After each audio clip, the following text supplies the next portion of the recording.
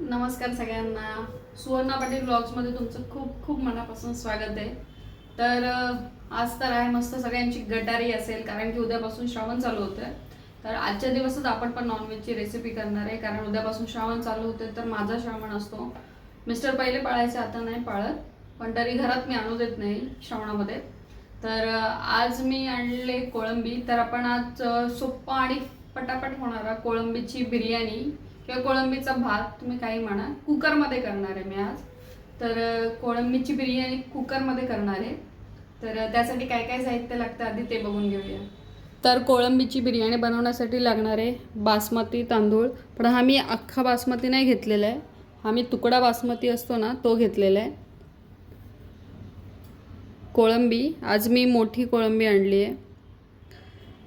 तळलेला कांदा, कोथिंबीर, पुदिना, दही, बारीक चिरलेला कांदा, 2 ते 3 हिरव्या मिरच्या तिखटवाल्या, टोमॅटो आणि हे आपले मसाले जिरं, तमालपत्र, वेलची आणि काळी मिरी.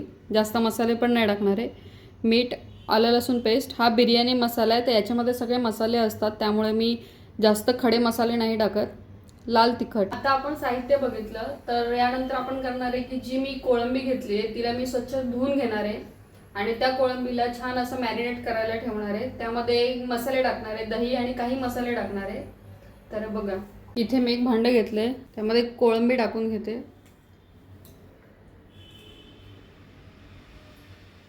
या कोळंबीमध्ये टाकायचे दही 2 चमचे.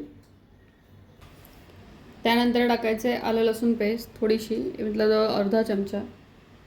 त्यानंतर टाकायचे लाल तिखट अर्धा चमचा आणि मीठ. त्यानंतर हा जो तळलेला कांदा आहे तो.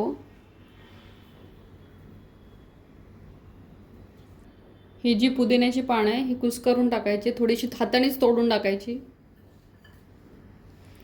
हे बघा अशी.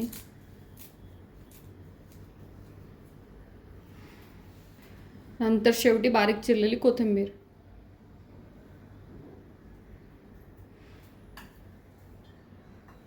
छान असं हातानेच एकजीव करायचं.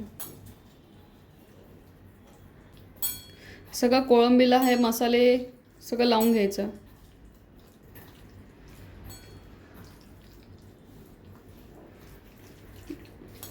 दही आहे त्यामुळे ते दही छान असं फेटून सारखं घ्यायचं, जेणेकरून सगळे मसाले लागतील. हे बघा असं छान. आता कोळंबीला सगळं छान लावून घेतले. आता हे बाजूला ठेवायचं 5 ते 10 मिनटं मुरायला. आता आपण कोळंबी मॅरिनेट करायला ठेवली 5 ते 10 मिनटं. तर 10 मिनिटांनी काय करायचं की हा जो तांदूळ आहे हा स्वच्छ धुवून घ्यायचा. हा काही पाण्यामध्ये भिजत काहीच नाही घालायचा.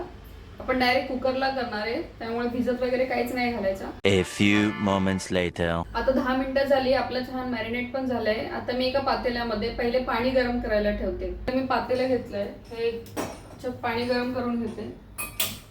कुकर घेते. आपले 10 मिनिटं झाले, आता कुकर घेते, गॅस लावते आणि ज्या आपण कढईमध्ये तुम्ही ज्या तेलामध्ये कांदा फ्राय केला असेल तेच तेल फोडणीला घ्यायचंय, कारण त्या तेलाचा थोडासा वास येतो कांदा तळतो तर, त्यामुळे तेच तेल फोडणीला घ्यायचं. मी तेच तेल घेते, त्या तेलाचीच फोडणी देते.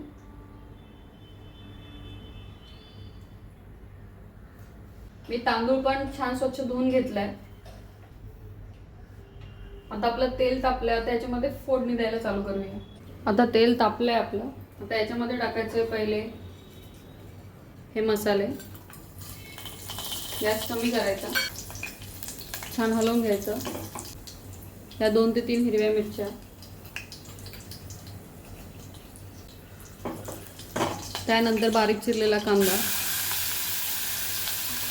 आणि मिक्स करून घ्यायचं. पाणी उकळले, गॅस बंद करतो.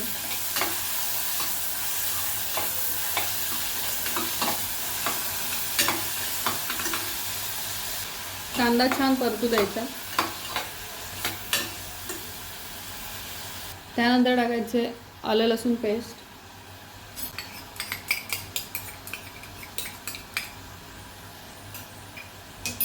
मिक्स करून घ्यायचं.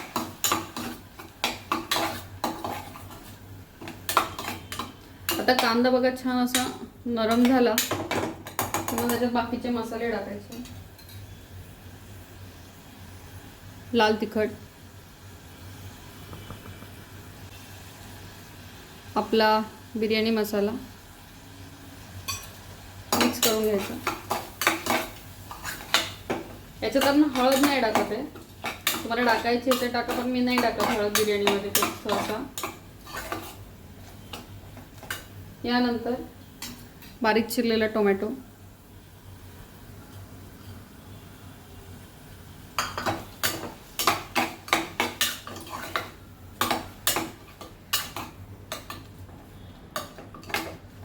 टोमॅटो छान असा मऊसर होऊ द्यायचा.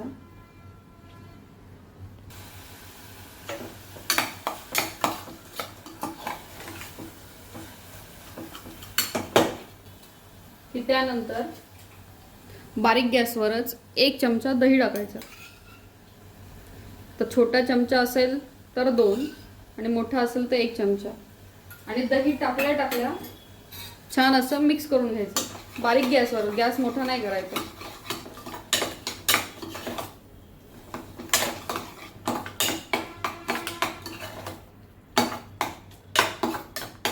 दह्याने काय होतं की मसाला हा सगळीकडे छान लागतो आणि दह्याची एक वेगळी टेस्ट येते. आता दही टाकून झालं की हे जे आपण मॅरिनेट केलेलं आहे हे टाकायचं, कोळंबी.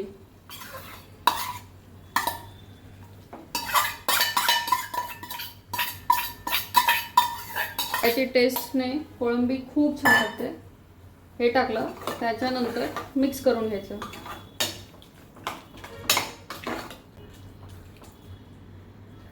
आता हे टाकल्यानंतर हा जो पुदिना आहे तो टाकायचा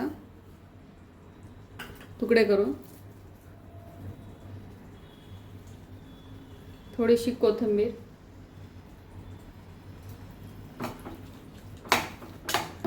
हे सगळं छान मिक्स करून घ्यायचं.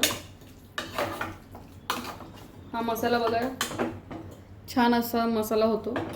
त्यानंतर टाकायचा आहे तळलेला कांदा, मिक्स करून घ्यायचा.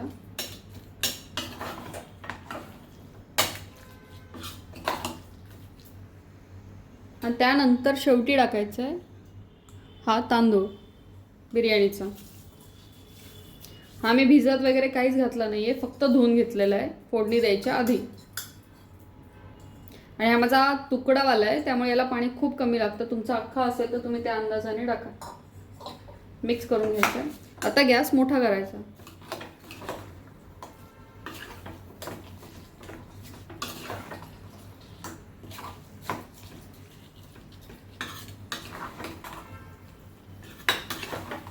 आता हे छान मिक्स केलं.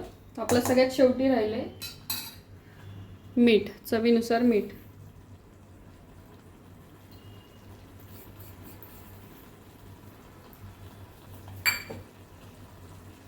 त्यानंतर टाकायचे पाणी जे आपण गरम केलेले आहे.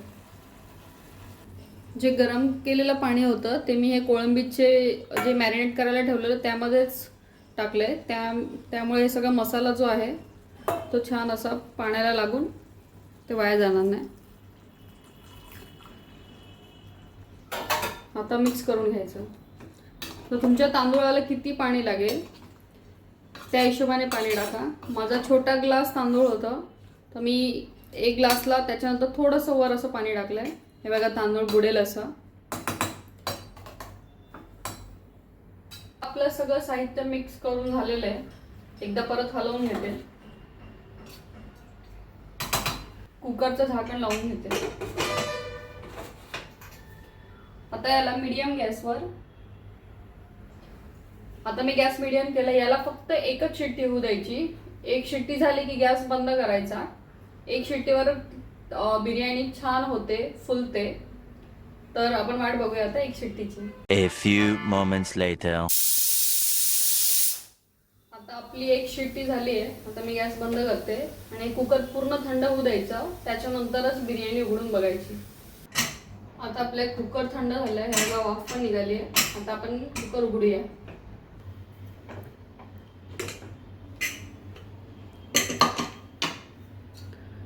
हे बघा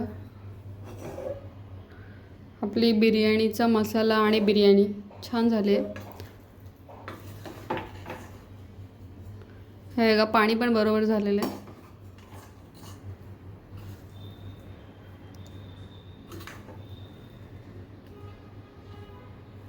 हे बघा